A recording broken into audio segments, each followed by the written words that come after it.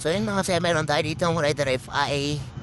Problem ito is laging on yung laging humiikot yung pan. Ayan o.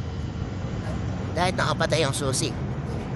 So nalaman niya to kanina lang, tuloy-tuloy yung ikot, tayo tumigil ng pan. So ang gagawin natin dito is direct na tayo sa fuse, tapos sa relay. Kasi kung may sira yung linya, di na iikot yan. So direct tayo dito sa kanyang fuse sa relay. Dun sa fuse nung pan, ayan. So pagputol naman yan, hindi gagana. So dito tayo sa relay. Ito yung sa fuse relay, yan, ito. Nasa bandang kanan. Ito. Check natin. So may clip lang to sa gilid, yung angat ng gas bunutin niya lang.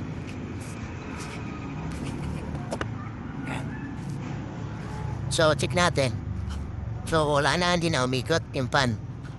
So ito yung problem mga sir. Nagkaroon siya ng pollution. Ayan. Pollution siya. Ito.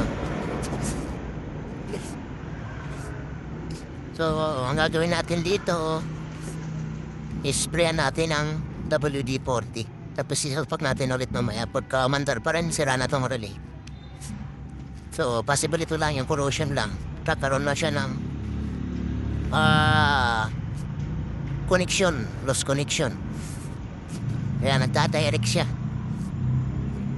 So, yun lang gagawin natin mga sir. Check tilinisin natin ito mga sir. Alright.